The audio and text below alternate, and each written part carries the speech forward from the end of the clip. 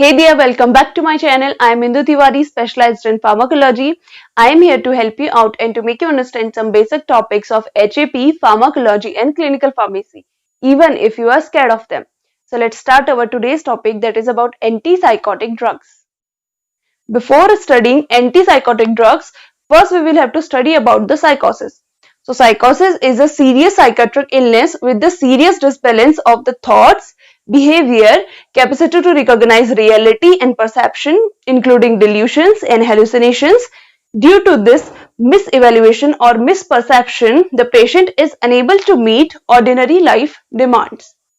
अगर हम बात करें साइकोसिस की, साइकोसिस दैट मीन जिसे अगर हम हिंदी में बोले तो उसे बोला जाता है पागलपन। तो पागलपन वाली कंडीशन में क्या होता है, एक सीवियर साइकेट्रिक इलनेस है। हमारे ब्रेन में बहुत ज्यादा क्या होता है, एक सीवियर इलनेस होती है, तो उस कंडीशन में ये साइकोसिस वाली कंडीशन आती है। पेशेंट के जो ब्रेन है उसमें बहुत सारे डिसबैलेंसेस होते हैं।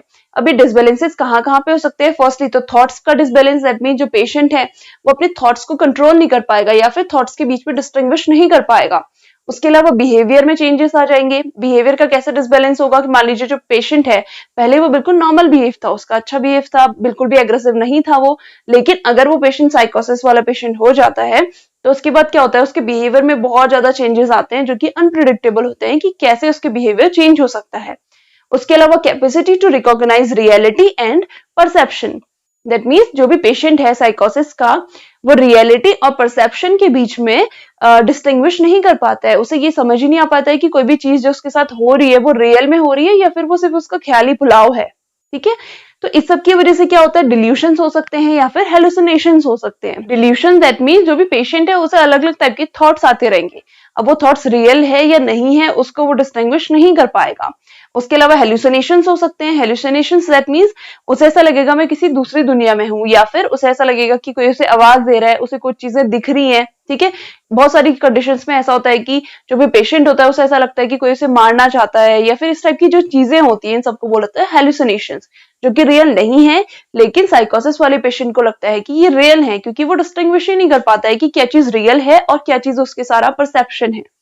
तो अब इन सब की वजह से क्या होता है, इस सारे मिसपरसेप्शन और मिसइवैल्यूएशन की वजह से जो भी पेशेंट है, जो भी साइकोसिस का पेशेंट है, वो अपने डेली लाइफ के जो उसके काम है उनको प्रॉपरली नहीं कर पाता है। अब खुद सोचिए, अगर कोई पेशेंट है साइकोसिस का, अगर वो कोई जॉब कर रहा है या फिर वो पढ़ाई कर रहा है, तो वो ना पढ़ पाएगा, ना अपने आसपास के लोगों को पढ़ने देगा, है ना, क्योंकि उसके तो परसेप्शन ही इतने जल्दी चेंज होंगे या फिर इतने अलग अलग उसके परसेप्शन होंगे कि वो अपने आसपास के लोगों को भी परेशान कर सकता है। तो इस वजह से क्या होगा, जो उसकी डेली लाइफ में जो भी चीजें बहुत नॉर्मल सी चीजें होती है वो उनको भी सही तरीके से नहीं कर पाता है। तो इस कंडीशन को बोला जाता है साइकोसिस। तो अब इस साइकोसिस के अंदर बहुत सारी क्लासेस आती हैं, दैट मीन्स बहुत सारी कैटेगरी हैं जो कि साइकोसिस के अंदर आती हैं। फर्स्टली आता है स्किज़ोफ्रेनिया, उसके अंदर उसके अलावा आते हैं जैसे ये हमने पढ़ा था ना मूड डिसऑर्डर्स। ठीक है, तो मूड डिसऑर्डर्स के अंदर हमने डिप्रेशन पढ़ लिया है, एंजाइटी पढ़ लिया है। तो डिप्रेशन, एंजाइटी या फिर मेनिया, तो ये सारी कंडीशंस आती है मूड डिसऑर्डर के अंदर, जो कि फुल्ली एक कैटेगरी आती है हमारे साइकोसिस के अंदर। तो इसमें सबसे मेन रोल होता है जो कि साइकोसिस प्रोड्यूस करता है, उसमें सबसे मेन रोल होता है डोपामिन का। हमें पता है कि डोपामिन हमारी बॉडी के लिए अच्छा है क्योंकि एक न्यूरोट्रांसमीटर है हमारी बॉडी में। ठीक है, तो डोपामिन मेनली क्या करता है, हमारे बॉडी में जितने भी कैटेकोलामाइंस होते हैं जैसे कि नॉरएड्रेनालिन है, ठीक है, उसके अलावा मोर फर्दर डोपामिन है या फिर नॉरएपिनेफ्रिन है, तो इन सबको स्टिमुलेट करने का काम होता है डोपामिन का। तो हमारी बॉडी के बहुत सारे मेन फंक्शंस को कंट्रोल करता है। बट अगर यही डोपामिन कंसेंट्रेशन से ज्यादा बढ़ जाए तो उस कंडीशन में क्या होता है कि ये अलग अलग टाइप के हेलुसिनेशंस या फिर अलग अलग टाइप की जो साइकोसिस होती है उसको कॉज करता है। तो जो हमारा डोपामिन है इसका बहुत बड़ा रोल है हमारी साइकोसिस में। तो जितनी भी हम एंटी साइकोटिक ड्रग्स पढ़ेंगे तो मेनली क्या करेंगे, जो डोपामिन है उसको ब्लॉक करने का काम करेंगी। डोपामिन अगर ब्लॉक हो जाएगा तो उसकी वजह से जो कैटेकोलामाइंस हैं उसकी सिंथेसिस कम हो जाएगी।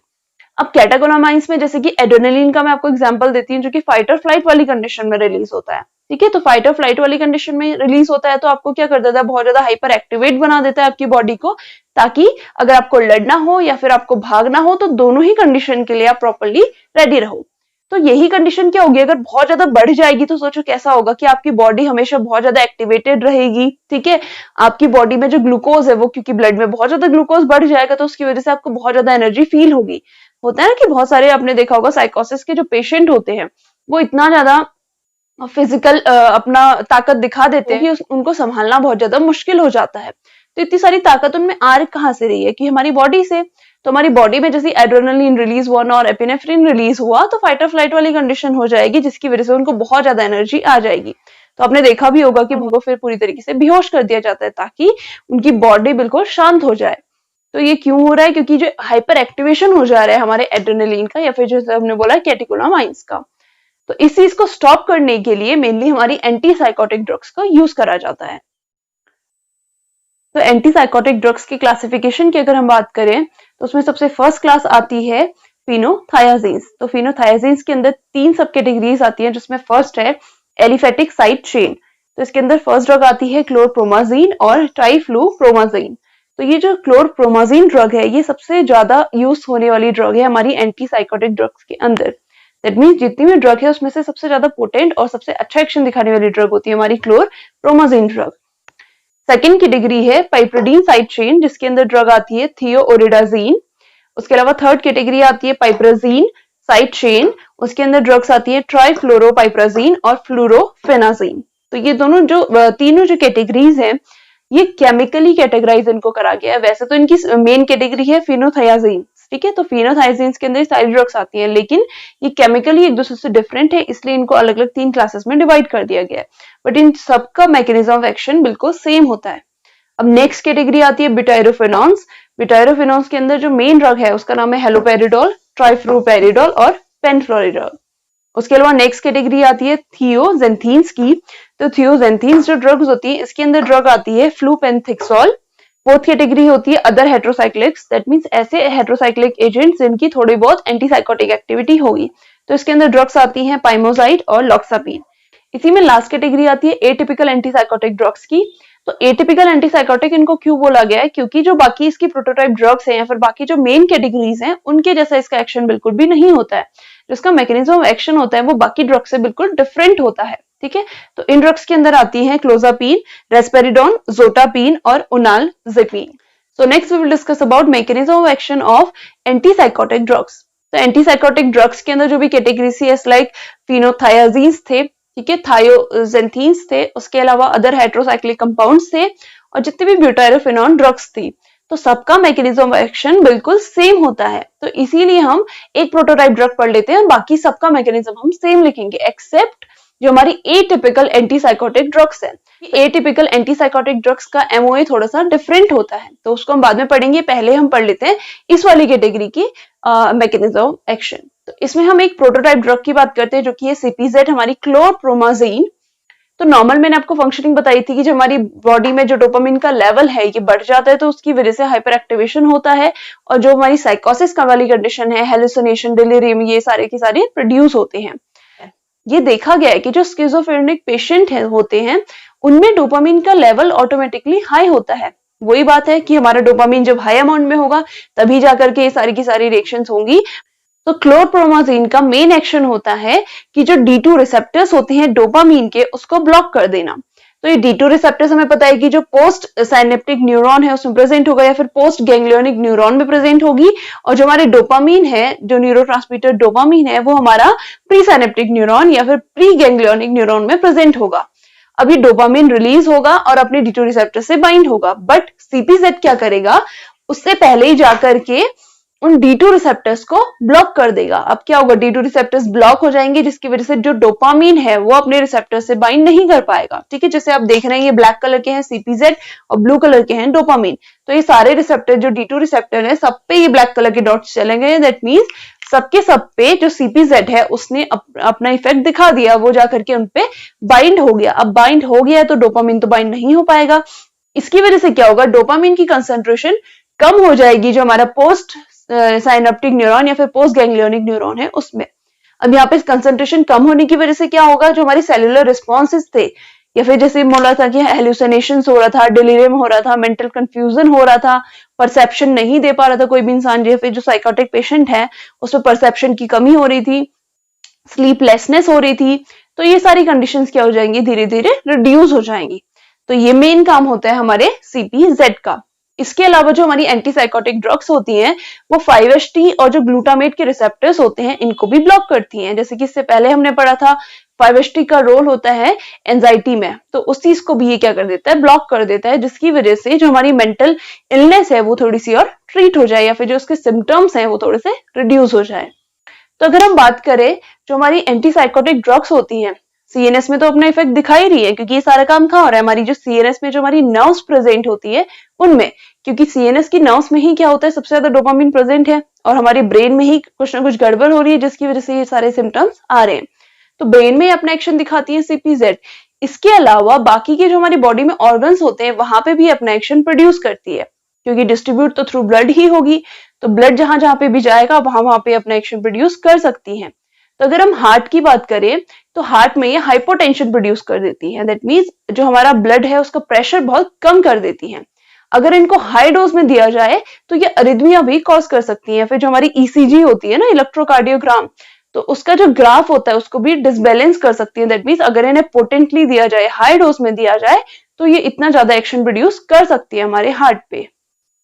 क्लोरप्रोमाजीन साइकोटिक पेशेंट्स में मेनली जितने भी हेलुसिनेशंस है, डिलीरियम है या फिर मेंटल कंफ्यूजन है, थॉट्स में कंफ्यूजन है या फिर थॉट्स में जो भी डिसबैलेंस है उस सबको ट्रीट करती है, उन सबको रिड्यूस कर देती है, और जो भी एंजाइटी वाले जो सिम्टम्स आ रहे होते हैं उन सबको भी ट्रीट कर देती है, जिससे जो पेशेंट है वो थोड़ा सा नॉर्मलाइज हो जाता है। बट अगर हम बात करें नॉर्मल इंडिविजुअल्स में, अगर न कोई नॉर्मल पर्सन है और उसने ये एंटीसाइकोटिक ड्रग्स खा ली, तो उस कंडीशन में क्या होगा, उसकी जो मेंटल एक्टिविटी है वो स्लो हो जाएगी, जो उस पर्सन की स्पीच है वो बहुत ज्यादा रिड्यूस हो जाएगी, इमोशनली वो पर्सन बहुत ज्यादा डिप्रेस्ड फील करेगा, उसकी लर्निंग में प्रॉब्लम आएगी और जो उसके इमोशंस होंगे वो बहुत ज्यादा अनकंट्रोलेबल होंगे और बहुत ज्यादा सप्रेस्ड वे में हो जाएंगे। इसके अलावा उस पर्सन के जो मोटर फंक्शंस होते हैं वो भी बहुत ज्यादा स्लो हो जाएंगे। अगर इनका एक्शन हम एएनएस में देखें तो ये अल्फा ब्लॉकर्स की तरह काम करते हैं लेकिन वीक एक्शन प्रोड्यूस करते हैं। उसके अलावा H1 एंटीहिस्टामिनिक्स होते हैं और 5-HT को भी ये ब्लॉक करते हैं। अगर इनका एक्शन हम देखें लोकल एनेस्थेटिक की तरह, तो ये बहुत ज्यादा पोटेंट लोकल एनेस्थेटिक की तरह काम करते हैं, लेकिन ये बहुत ज्यादा स्किन को इरिटेट करते हैं, इसीलिए इनका यूज नहीं किया जाता है। जैसे कि लीडोकेन लिग्नोकेन होते हैं, उसी टाइप की इनकी प्रॉपर्टी होती है, बट स्किन को ये बहुत ज्यादा इरिटेशन प्रोड्यूस करते हैं। गोनेडोट्रोपिन रिलीजिंग हार्मोन और ACTH दैट मींस एडेनोकॉर्टिकोट्रोपिक हार्मोन, इन दोनों के रिलीज को ये रिड्यूस कर देता है। इसके अलावा जो प्रोलैक्टिन हार्मोन होता है इसके रिलीज को ये बढ़ा देता है। प्रोलैक्टिन हार्मोन मेनली फीमेल्स में जो मिल्क का प्रोडक्शन होता है उसके लिए इंपॉर्टेंट होता है, बट मेल्स में अगर ये प्रोलैक्टिन हार्मोन के रिलीज को बढ़ा देता है तो उसकी वजह से गायनेकोमेस्टिया प्रॉब्लम हो जाती है। तो गायनेकोमेस्टिका प्रॉब्लम में क्या होता है कि जो मेल्स होते हैं उनकी जो चेस्ट होती है उसकी साइज थोड़ी सी बढ़ जाती है। अब अगर हम इनकी टॉलरेंस की बात करें तो ये वेल टॉलरेटेड ड्रग हैं, बट जब इनको बहुत लंबे टाइम तक यूज करा जाता है हाई डोज में, तो उस कंडीशन में ये विड्रॉल सिम्टम्स शो कर सकते हैं। अगर इनकी फार्माकोकाइनेटिक की बात करें तो फार्माकोकाइनेटिक में ये ओरली बहुत अच्छे से एब्जॉर्ब नहीं हो पाते हैं और इनकी जो बायो अवेलेबिलिटी होती है ओरली बहुत कम होती है। अब बायो अवेलेबिलिटी कम होने की एक वजह होती है कि इनका फर्स्ट पास मेटाबॉलिज्म बहुत ज्यादा हो जाता है। तो जैसे ये लिवर में जाते हैं तो इनका बहुत ज्यादा परसेंटेज फर्स्ट पास मेटाबोलाइज हो जाता है, जिसकी वजह से बायोअवेलेबिलिटी इनकी बहुत कम होती है। तो इसीलिए मोस्टली इनको IM या फिर IV रूट से दिया जाता है, इंट्रामस्कुलर या फिर इंट्रावेनस। तो उस कंडीशन में इनकी बायोअवेलेबिलिटी अच्छी रहती है क्योंकि उस टाइम पे फर्स्ट पास मेटाबॉलिज्म नहीं हो पाता है। अब अगर इनके एक्सक्रीशन की बात करें तो एक्सक्रीट आउट ये थ्रू बाइल या फिर थ्रू यूरिन होते हैं। तो अगर हमने आज अगर ड्रग लेना छोड़ा है तो उसके लगभग 1 से 2 हफ्ते तक भी ये यूरिन और बाइल के थ्रू बॉडी से बाहर सिक्रीट आउट होते रहते हैं। लास्ट कैटेगरी है एटिपिकल एंटीसाइकोटिक ड्रग्स, जिसके अंदर ड्रग्स आती है क्लोजापिन, रेस्पेरिडोन और ओलिनजेपिन। तो ये सारी की सारी ड्रग्स का जो मैकेनिज्म ऑफ एक्शन है वो बाकी ड्रग्स से बिल्कुल डिफरेंट होगा। दैट मीन्स ये D2 रिसेप्टर को ब्लॉक नहीं करेंगी। तो ये क्या करती हैं कि D2 रिसेप्टर के अलावा जो रिसेप्टर होते हैं डोपामीन के, दैट मीन्स जो D4 रिसेप्टर है उनको ये ब्लॉक करती हैं। उसके अलावा ये 5-HT को ब्लॉक करती हैं, जो अल्फा रिसेप्टर्स है उनको ब्लॉक करती हैं और जो हिस्टामिन के रिसेप्टर्स है उनको भी ये ब्लॉक करती है।